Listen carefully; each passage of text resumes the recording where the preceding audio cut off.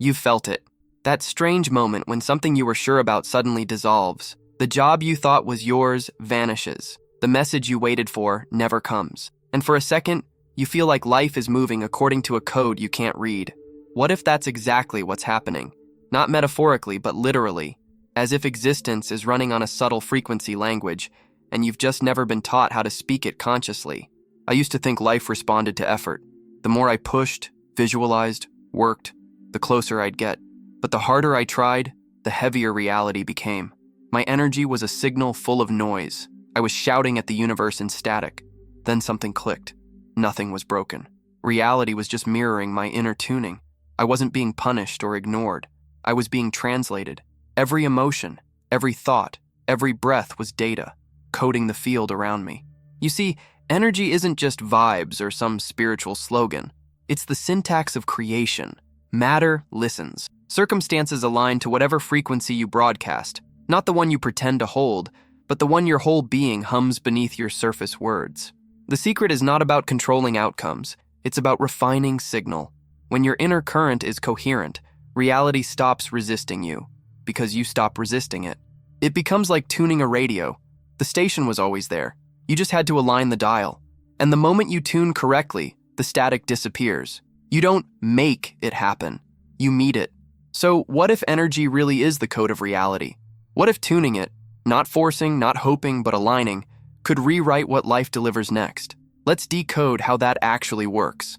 Think of reality as an infinite broadcast. Every possible version of you, every potential timeline, every outcome already exists, like endless radio stations humming through the same invisible air. You don't create the music. You tune to the one you're coherent with. That's what energy really is. Not some abstract woo-woo concept, but the quality of information your body and mind transmit into the field. The observer effect from quantum physics hints at this. Particles shift behavior when observed. But it's not the act of staring that changes them, it's the observer's state. The energy behind awareness determines which potential collapses into form. Here's where most people get stuck. They think energy equals thought. So they try to think positive, repeat affirmations, imagine outcomes, yet nothing moves. Because their nervous system, their emotional signature, is still tuned to fear, lack, or waiting. The words say one thing, the body says another. Energy coherence isn't about mental control. It's about resonance. Your entire system is like an instrument. When one string is out of tune, the song of your life distorts. You can't fake resonance. You feel it when it's real, calm, open, inevitable. When you enter coherence, when your heart and brain begin to vibrate in sync, your frequency becomes readable to the field. You stop sending mixed messages. The universe stops guessing what station you're trying to play. But here's the catch. You can't force coherence through effort. You allow it through awareness. By noticing your state, regulating your breath, softening the grip on outcomes, you retune naturally. It's not that your dream suddenly appears. It's that you finally align with the version of you where it already exists. And this is why energy is the code of reality. Because every shift in feeling, every adjustment in presence is a reprogramming command. When you hold the frequency of gratitude, peace, or confidence, not perform it but embody it, you change the variables in the field around you. The external rearranges itself to match your internal broadcast. That's not magic. It's coherence physics. So when people say, you don't manifest what you want, you manifest what you are, this is what they mean.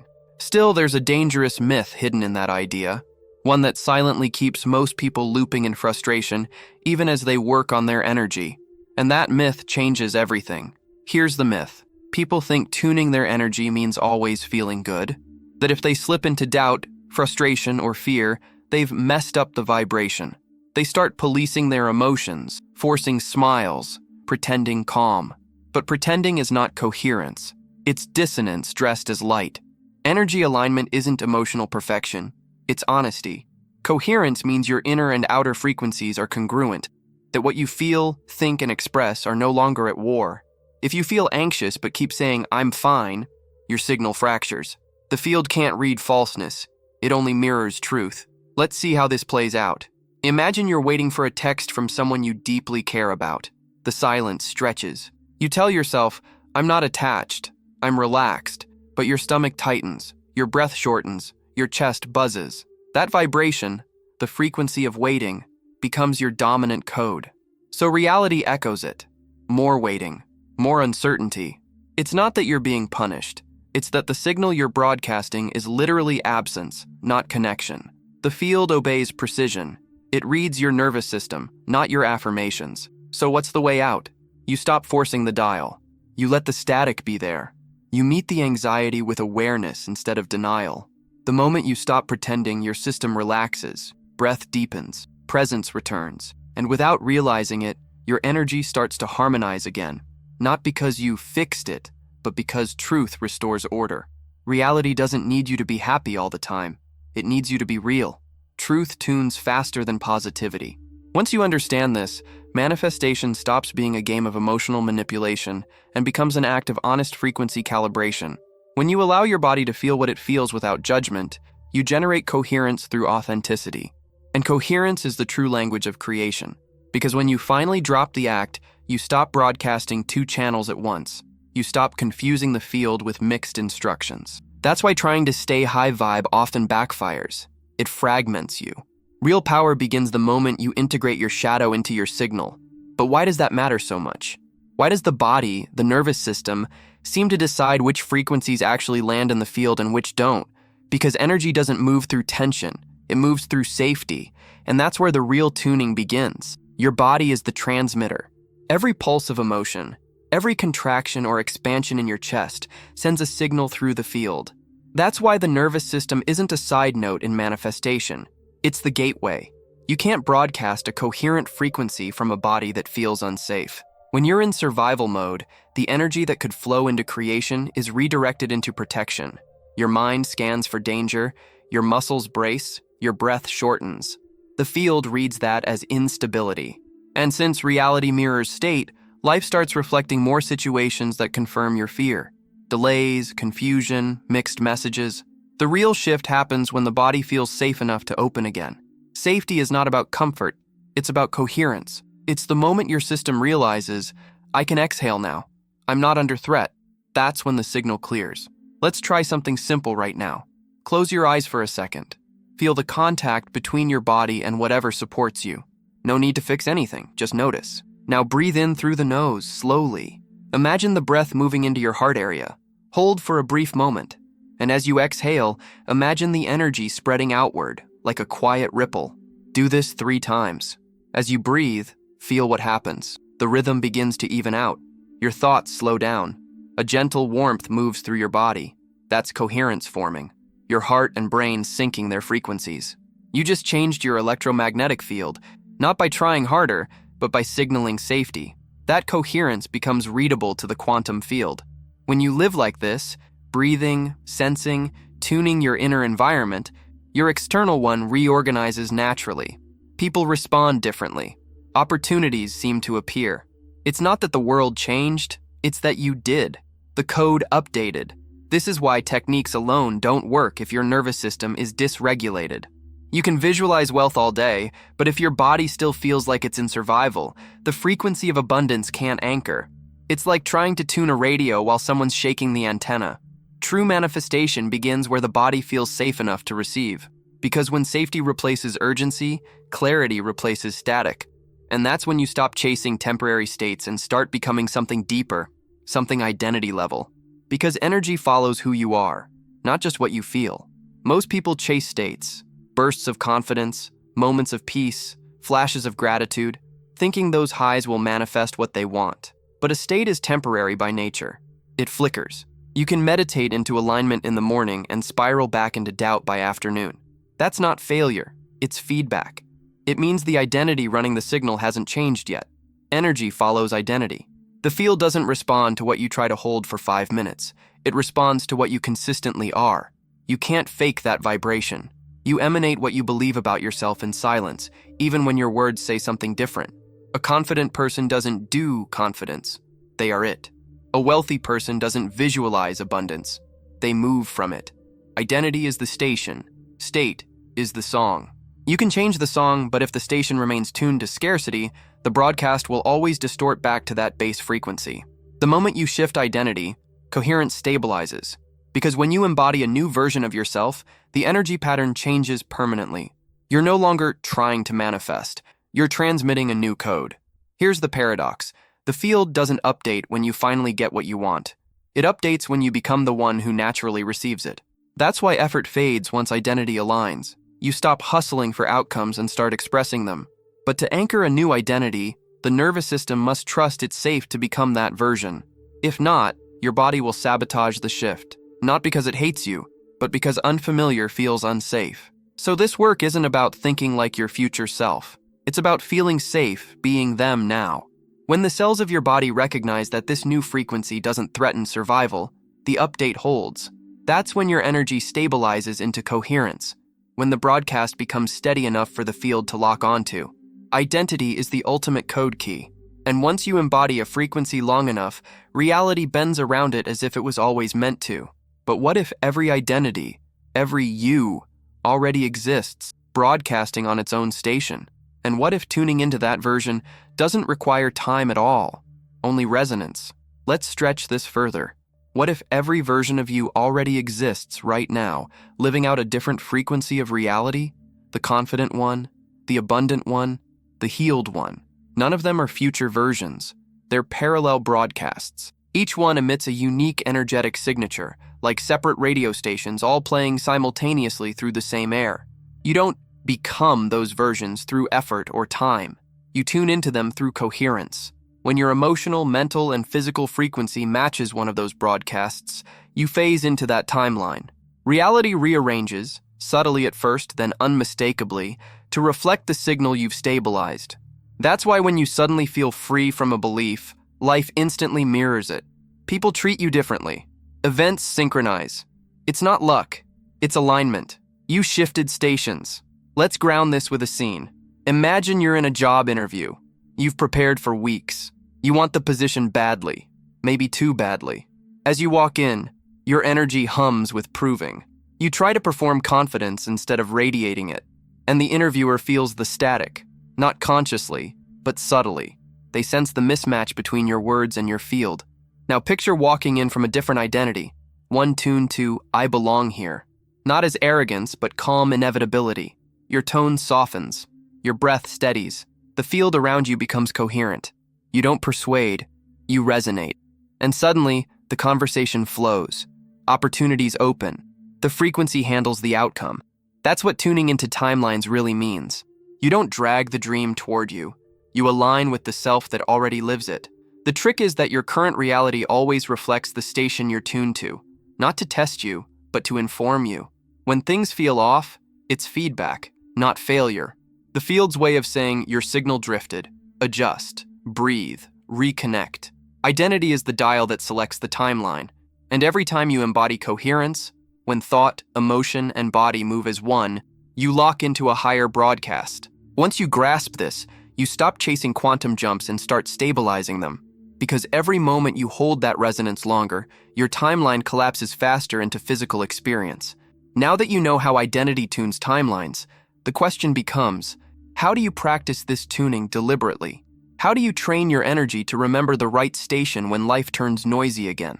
That's where your toolkit comes in. Now that you understand tuning isn't about force but resonance, the next question is, how do you practice coherence deliberately? How do you stabilize that inner frequency so it becomes second nature, no matter what the outside world does? Think of this part as your rehearsal space, not for pretending, but for programming the field through embodied repetition. Because energy remembers rhythm more than thought. Let's build your toolkit. Tool 1. Bridge statements. These aren't affirmations. They're transitional codes. Instead of forcing "I am abundant" when your body feels anxious, try "I'm learning what abundance feels like in my system." Or "I'm opening to the version of me who already knows how this works." Bridge statements are gentle frequencies that create safety for your nervous system to adjust. They don't demand belief, they invite it. And that invitation keeps your signal stable. Tool 2. Somatic anchors. Find one physical gesture that brings your awareness back into coherence, pressing 2 fingers to your chest, dropping your shoulders, or exhaling fully through the mouth. Each time you use it, pair it with a feeling of calm recognition. I'm tuning in. Over time, your body associates that movement with stability. It becomes your personal frequency key. Tool 3. Energy rehearsal. Every morning before checking your phone, spend 60 seconds feeling into the energy of the version of you already living your chosen reality. Don't visualize the details. Feel the tone. What's their breath like? Their posture? Their emotional texture? Let your body mirror it. That's how you start encoding that identity into your cells. Tool 4, Coherence Loop. Throughout the day, pause and ask, what station am I tuned to right now? Not to judge, to notice. If the station feels chaotic, use your anchor and bridge back to calm. You're not fixing yourself, you're recalibrating your broadcast. The more you practice, the shorter the delay between your inner tuning and outer reflection. You stop waiting for evidence because you become the evidence. Remember, this isn't about performing peace. It's about regulating into truth. Because when your energy stops leaking through resistance, the field responds instantly. Have you noticed the moment you stopped gripping? What you wanted finally showed up. Tell me your story in the comments. It might unlock someone else's leap. Now, even with the best tools, coherence still gets challenged. The world will pull, pressure, and test your station. So what happens when urgency creeps in? When you feel split, over-controlling, or desperate for proof? That's when you meet the real obstacles to energetic mastery and learn how to transmute them in real time. Even when you know how to tune your energy, life will test the steadiness of your signal, not to punish you, but to help you integrate it. Every wobble shows you where your station still leaks static. The 3 biggest distortions: urgency, split signals, and over-control. Urgency is the frequency of lack disguised as motivation.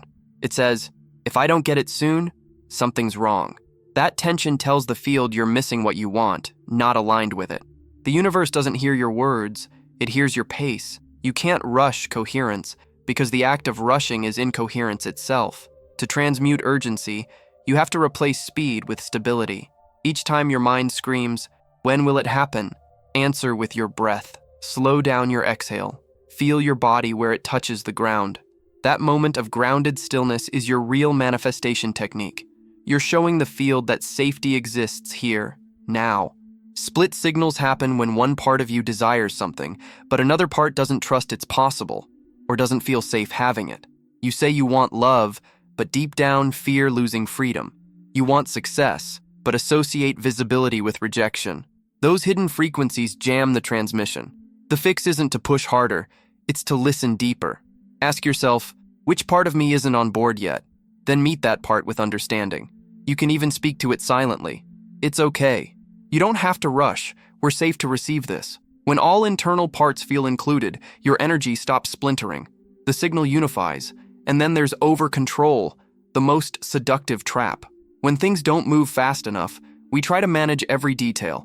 Visualize more, script more, check signs. But control is the frequency of fear wearing a strategy mask. You can't manipulate resonance. To transmute control, you must shift from directing the field to dialoguing with it. Try this. When you notice yourself tightening around an outcome, whisper inwardly, "Show me what I can't yet see." That phrase dissolves resistance. It reopens communication. Each obstacle is really an invitation, a chance to refine the purity of your broadcast. When urgency transforms into patience, when split signals merge into coherence, and when control softens into trust, your field becomes magnetic. Because the moment you stop wrestling with the signal, the code responds. And that's when the practice leaves your meditation cushion and starts infusing every ordinary moment of your day. But how do you live this tuning? Not in rituals, but in walking, talking, working, eating, being. That's where true integration begins. Manifestation isn't built in your rituals. It's proven in your rhythms. The real work begins when no one's watching, when you're washing dishes, answering emails, walking down the street. Those ordinary moments are where your broadcast either holds or dissolves. Integration means coherence becomes your default tone, not your special occasion. Every movement, every micro-decision, every breath carries the same code. Presence. Start with the smallest things. When you eat inside your body, not lost in thoughts. Taste the food fully. Feel how safety deepens with each bite. That grounded awareness is the same frequency that magnetizes abundance and connection. When your body trusts you to stay present, the field trusts you too. When you walk as the tuned version of you. Shoulders relaxed, eyes soft, breath smooth. You're not acting as if. You're allowing the frequency of that self to lead your movements. The brain follows posture. Posture rewires the field. Even conversations become part of your tuning. Instead of reacting, listen with your whole body. Feel the space between words. Respond from calm coherence rather than defense. Every time you choose resonance over reaction, you reinforce the code of your new reality. Integration also means letting energy flow, even when contrast shows up. Traffic jam? That's a signal test. Can you hold coherence while nothing moves? Can you feel safe in delay? Because that's the same frequency that allows your bigger manifestations to unfold without panic. You begin to notice that coherence is less about doing and more about staying open, staying relaxed, staying aware that the field is always translating your tone. The more you live this way, the more synchronicities multiply, not as magic tricks, but as confirmation. You'll think of someone and they'll call. You'll release an idea and an opportunity appears that matches it perfectly. You stop forcing outcomes because the rhythm itself becomes communication with the universe. Reality starts responding like an intelligent mirror, always updating to your current state. And that mirror has no delay once you stabilize. It bends instantly to coherence. But what happens when your energy becomes so steady that it starts influencing other people, other domains, creativity, relationships, health, without you even trying? That's when coherence evolves into expansion. When your personal field stabilizes, the resonance doesn't stop at your skin. Coherence ripples outward. It begins to reorganize the collective spaces you move through. Your relationships, your creative flow, even your physical health, because the energy you embody becomes permission for everything around you to harmonize. Let's start with relationships. Most people communicate with words, but energy speaks first. When your signal carries calm coherence, the people near you subconsciously regulate to it. Arguments dissolve faster. Tension softens. You stop needing to prove, persuade, or protect. Your presence becomes the proof. Next comes creativity. The same coherence that aligns you with synchronicities also opens intuitive channels. Ideas don't come from effort. They arrive through resonance. When your mind quiets and your nervous system trusts, inspiration downloads effortlessly. The field starts using you as a conduit, not a controller. And then, the body. Physical health mirrors energetic alignment. Cells respond to electromagnetic coherence. When your inner rhythm evens out, inflammation lowers, recovery accelerates, clarity increases. It's not mysticism, it's frequency biology. The body literally reorganizes around the energy you sustain. Let's anchor this with a scenario. You're an artist. Paint, music, writing, it doesn't matter. You've been blocked for weeks. You sit there trying to force inspiration, judging every unfinished idea. The harder you push, the louder the static grows. So you stop. You place a hand on your chest, breathe, and whisper, "I'm tuning back to flow." In that moment, the overthinking slows. Your body unwinds. Suddenly an image flashes in your mind, clear, vibrant, alive. You follow it. Hours disappear. The work pours through you. That's not chance. That's coherence activating creative bandwidth. Once coherence expands, the law of effort reverses. The less you grip, the more moves. People show up at the right time. Paths clear. Health patterns shift. You start living as the field instead of trying to manipulate it. And this expansion doesn't stop with personal gains. It naturally extends into purpose. Because when you're coherent, your energy starts serving something larger. You become a stabilizing force in the collective field. Your vibration lifts rooms, teams, families, not because you're trying, but because you are. That's the secret. Alignment multiplies impact. One tuned being recalibrates countless others through resonance alone. But what if this whole process, this tuning, coherence, manifestation, is not just personal growth, but a form of communion with something far greater? What if the field you've been aligning with all along is consciousness itself? At some point in this journey, you realize the field isn't separate from you. It's not a tool you manipulate. It's the same intelligence that breathes your lungs and spins galaxies. Every frequency you tune isn't just energy. It's conversation with consciousness itself. This is where manifestation dissolves into something more sacred. The observer and the observed are one process, not two. When you align your frequency, you're not bending reality. You're remembering your authorship within it. You are the consciousness the universe uses to experience itself through form. That's why surrender, the most misunderstood principle, is actually the highest form of power. People think surrender means giving up, But in energetic terms, surrender means merging with the intelligence that already knows the way. It's the moment you stop commanding and start communing. You shift from, how do I make this happen, to, what is life trying to move through me now? That question changes everything. Because the more coherent you become, the less personal your energy feels. Gratitude arises without object. Love radiates without direction. You begin to sense that every synchronicity is a dialogue, the field responding to your openness, not your control. And paradoxically, the less you grip, the more precision reality gains. It's as if the code writes itself through you.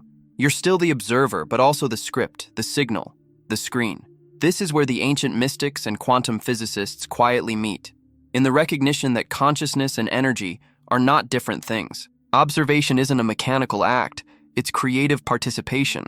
Every coherent thought, emotion, and sensation becomes a brushstroke in the painting of existence. So when your heart enters coherence, when you breathe peace not as a performance but as truth, you're literally syncing with the architecture of creation. That's why miracles seem to appear. They're not exceptions, they're harmonies. And this is the ultimate paradox. Surrender is the purest signal of mastery. You stop trying to control the field because you are the field. You don't collapse timelines through will. You dissolve separation through recognition. In that awareness, reality stops being a project to fix and becomes an orchestra you're already playing in. The frequencies of love, safety, and joy are no longer destinations. They're your native language. And from here, the final step isn't to manifest more. It's to embody the realization that you've been the code all along. So here's the truth you've been circling since the first moment you heard that whisper. The one that said energy is the code of reality. It wasn't just poetic language. It was literal. Every thought, every breath, every nervous exhale is a signal written into the architecture of existence. You are not sending energy into the world. You are the world expressing energy through you. Once you tune correctly, life stops being random. Events start folding toward you with precision so sharp it feels supernatural, but it isn't. It's resonance mathematics. The field was never withholding. It was waiting for coherence, waiting for your frequency to stabilize long enough to read your message clearly. Think of the entire universe as a living mirror. When you stand before it radiating fear, it reflects shadows. When you broadcast from coherence, it reflects order, synchronicity, flow. The mirror is neutral, but the reflection is intimate. Reality simply echoes the tone you hold most consistently. So this is your invitation. Stop trying to force the reflection to change. Instead, become the new signal in the mirror. The more you embody safety, gratitude, presence, the more the code around you rewrites in real time. It's not delayed, it's responsive. And the deeper secret? You never needed to get reality to respond differently. You only needed to remember that the frequency you're sending is the same one that built stars, oceans, and consciousness itself. So when you wake tomorrow, before the world's noise begins, close your eyes and whisper to yourself, I tune my energy to truth. Then watch as the mirror clears, the static fades, and the world starts speaking your native language again. Have you ever felt that exact moment? When your energy shifted and suddenly everything began to move in your favor? Share that moment in the comments. Someone out there might be waiting for your frequency to unlock their own. Because once you tune it, reality is no longer something you chase. It's something that sings back to you.